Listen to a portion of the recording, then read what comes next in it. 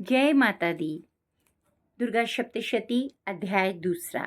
देवताओं के तेज से देवी का प्रादुर्भाव और महिषासुर की सेना का वध। महर्षि मेधा बोले, प्राचीन काल में देवताओं और असुरों में पूरे 100 वर्षों तक घोर युद्ध हुआ था। उसमें असुरों का स्वामी महिषासुर था और देवराज इंद्र देवताओं के नायक थे। इस युद्ध में देवताओं की सेना परास्त हो गई थी और इस प्रकार संपूर्ण देवताओं को जीत महिषासुर इंद्र बन बैठा।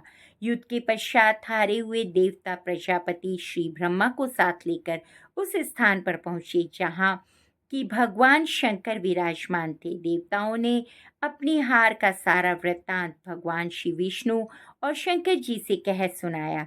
वह कहने लगे, हे प्रभु, महिषासुर सूर्य, इंद्र, अग्नि, वायु, चंद्रमा, यम, वरुण तथा अन्य देवताओं के साथ सब अधिकार छीनकर सबका अधिष्ठता बन बैठा है। उसने समस्त देवताओं को स्वर्ग से निकाल दिया है। वह मनुष्यों की तरह पृथ्वी पर विचर रहे हैं। दैत्यों की सारी करतूत हमने आपको सुना दी है और आपकी शरण में इसलिए आए हैं कि आप उनके वध का कोई उपाय सोचें। देवताओं की बातें सुनकर भगवान श्री विष्णु और शंकर जी दैत्यों को पर बड़ा गुस्सा आया। उनकी भौहें तन गईं और आंखें लाल हो गईं। गुस्से से भरे हुए भगवान विष्णु के मुख से बड़ा भारी तेज निकला और उसी प्रकार का तेज भगवान शंकर, ब्रह्मा और इंद्र आदि दूसरे देवताओं के मुख से प्रकट हुआ। फिर वह सारा तेज एक में मिल गया और तेज का पुंज वह ऐसे दिखता था जैसे कि ज्वालायमान पर्वत हो। देवताओं ने देखा कि उस पर्वत की ज्वाला चारों ओर फैली हुई थी और देवताओं के शरीर से प्रकट हुए तेज की किसी अन्य तेज से तुलना नहीं हो सकती थी। एक अन्य स्थान पर इकट्ठा होने पर तेज एक देवी के रूप में परिवर्तित हो गया और अपने प्रकाश से तीनों लोकों में व्यास जान पड़ा। वह भगवान शंकर का तेज था। उसे देवी का मुख प्रकट हुआ। यमराज के तेज से उसके सिर के बाल बने और भगवान श्री विष्णु के तेज से उसकी भुजाएं बनी। चंद्रमा के तेज से दोनों स्तन और इंद्र के तेज से जंघा और पिंडली तथा पृथ्वी के तेज से नितंब भाग बना। ब्रह्मा के तेज से दोनों चरण और सूर्य के तेज से उसकी उंगलियां पैदा हुई और वसुओं के तेज से हाथों की उंगलियां एवं कुबेर के तेज से नासिका बनी। प्रजापति के तेज से उसके दांत और अग्नि के तेज से उसके नेत्र बने। संध्या के तेज से उसकी भौहें और वायु के तेज से उसके कान प्रकट हुए। इस प्रकार देवी का प्रादुर्भाव हुआ। महिषासुर से पराजित देवता उस देवी को देखकर अत्यंत प्रसन्न हुए। भगवान शंकर ने उसे अपने त्रिशूल में से एक त्रिशूल निकाल कर उस देवी को दिया और भगवान विष्णु ने अपने चक्र में से एक चक्र निकाल कर देवी को दिया। वरुण ने अपने चक्र में से एक चक्र निकालकर उस देवी को दिया। वरुण ने देवी को एक शंख भेंट किया। अग्नि ने इसे शक्ति दी। वायु ने उसे धनुष और बाण दिए।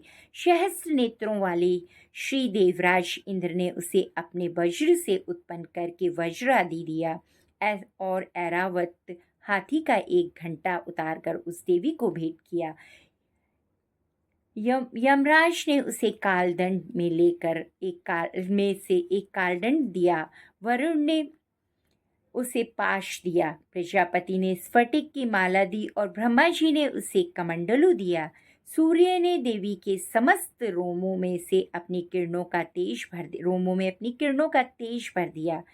काल ने उसे चमकती हुई ढाल और तलवार दी तथा उज्ज्वल हार और दिव्य वस्त्र उसे भेंट किए और इसके साथ ही उसने दिव्य चूड़ामणि दी जो कुंडल, कंकण, उज्ज्वल अर्धचंद्र, बाहों के लिए बाजूबंद, चरणों के लिए नूपुर, गले के लिए सुंदर हंसली और उंगलियों के लिए रत्न की बनी हुई अंगूठियां उसे दी।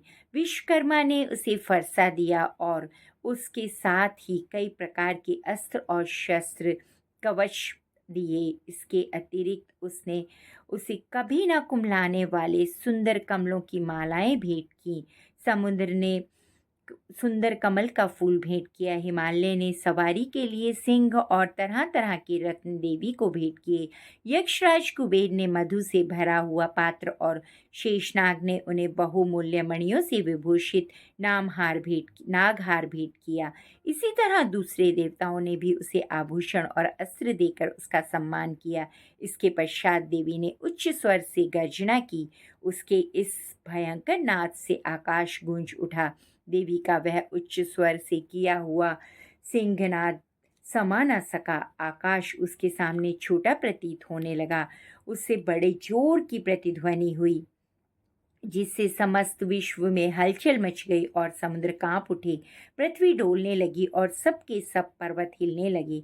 देवताओं ने उस समय प्रसन्न हो सिंह वाहिनी जगतमयी देवी देवताओं से प्रसन्न हो सिंह वाहिनी जगतमयी देवी ने कहा, देवी तुम्हारी जय हो। इसके साथ महिषासुर ने भक्ति भाव से विनम्र होकर उनकी स्तुति की। संपूर्ण देवताओं को शोकमग्न देखकर दैत्यगण अपनी सेनाओं को साथ लेकर हथियार आदि सजाकर उठ खड़े हुए। महिषासुर के क्रोध की कोई सीमा न थी। उसने क्रोध में भर कर कहा, यह सब क्या उत्पात है। फिर वह अपनी सेना के साथ उस ओर दौड़ा जिस ओर से भयंकर नाद का शब्द सुनाई दिया। आगे पहुंचकर उसने देवी को देखा, जो कि अपनी प्रभा से तीनों लोकों को प्रकाशित कर रही थी। उसके चरणों के भार से पृथ्वी दबी जा रही थी। माथे के मुकुट से आकाश में एक रेखा सी बन रही थी और उसके धनुष की टंकोर से सब लोग शुद्ध हो रहे थे। देवी अपनी सहस्त्रों भुजाओं को संपूर्ण दिशाओं में फैलाए खड़ी थी। इसके पश्चात उनका दैत्यों के साथ युद्ध छिड़ गया और कई प्रकार के अस्त्र शस्त्रों से सब की सब दिशाएं उद्भाषित होने लगी। महिषासुर की सेना का सेनापति चिक्षुर नाम एक महान असुर था। वह आगे बढ़कर देवी के साथ युद्ध करने लगा और दूसरे दैत्यों की चतुरंगिणी सेना साथ लेकर चांवर भी लड़ने लगा और 60,000 महारथियों को साथ लेकर उग्र नामक महादैत्य आकर युद्ध करने लगा और महाहनु नामक एक असुर करोड़ रथियों को साथ लेकर लोमा नामक असुर 5 करोड़ सैनिकों को साथ लेकर युद्ध करने लगा। वाशकाल नामक एक असुर 60 लाख असुरों को साथ लेकर युद्ध में डटा रहा। विडाल नामक असुर 1 करोड़ रथियों सहित लड़ने को तैयार था। इन सब के अतिरिक्त और भी हजारों असुर हाथी और घोड़ा साथ लेकर लड़ने में लगे थे। इन सब के पश्चात महिषासुर करोड़ों रथों, हाथियों और घोड़ों सहित वहां आकर देवी के साथ लड़ने लगे। सभी असुर तोमर, भिंडीपाल, शक्ति, मूसल, खड़कों, फरसों, पट्टियों के साथ रणभूमि के साथ युद्ध करने लगे। कई शक्तियां फेंकने लगे और अन्य कई शस्त्र आदि इसके पश्चात सबके सब दैत्य अपनी अपनी तलवारें हाथों में लेकर देवी की ओर दौड़े और उसे मार डालने का उद्योग करने लगे। मगर देवी ने क्रोध में भरकर खेल ही खेल में उसके सब अस्त्रों शस्त्रों को काट दिया। इसके पश्चात ऋषियों और देवताओं ने देवी की स्तुति की आरंभ कर दी और वह प्रसन्न होकर असुरों के शरीरों पर अस्त्र शस्त्रों की वर्षा करने लगी। देवी का वाहन भी क्रोध में भरकर दैत्य सेना में आकर इस प्रकार विचरने लगा जैसे कि वन में दावानल फैल रहा हो। युद्ध करती हुई देवी ने क्रोध में भरकर जितने शस्त्रों को छोड़ा वह तुरंत ही सैकड़ों हजारों गणों के रूप में परिवर्तित हो गए।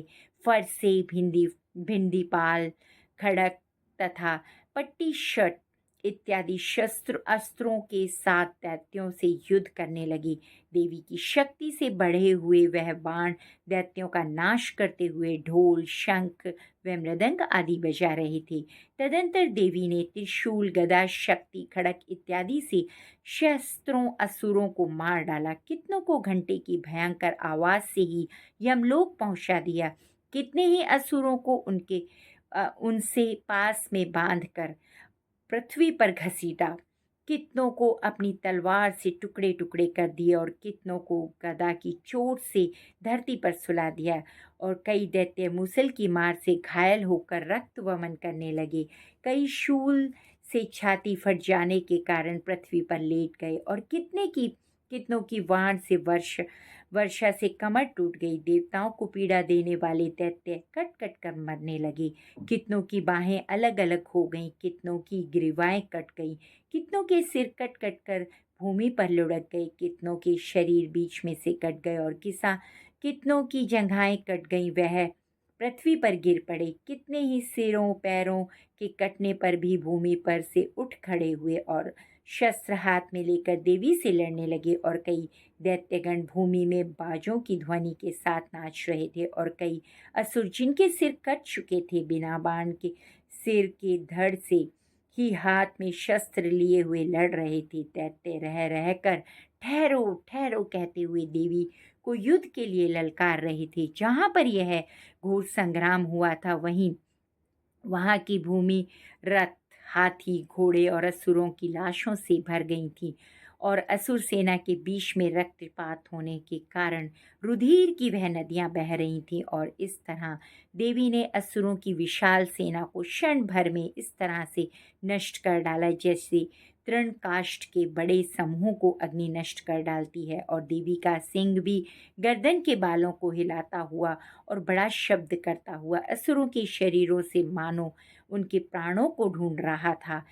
वहाँ देवी के गणों ने जब दैत्यों के साथ युद्ध किया था तो देवताओं ने प्रसन्न होकर आकाश से उन पर पुष्प की वर्षा की थी।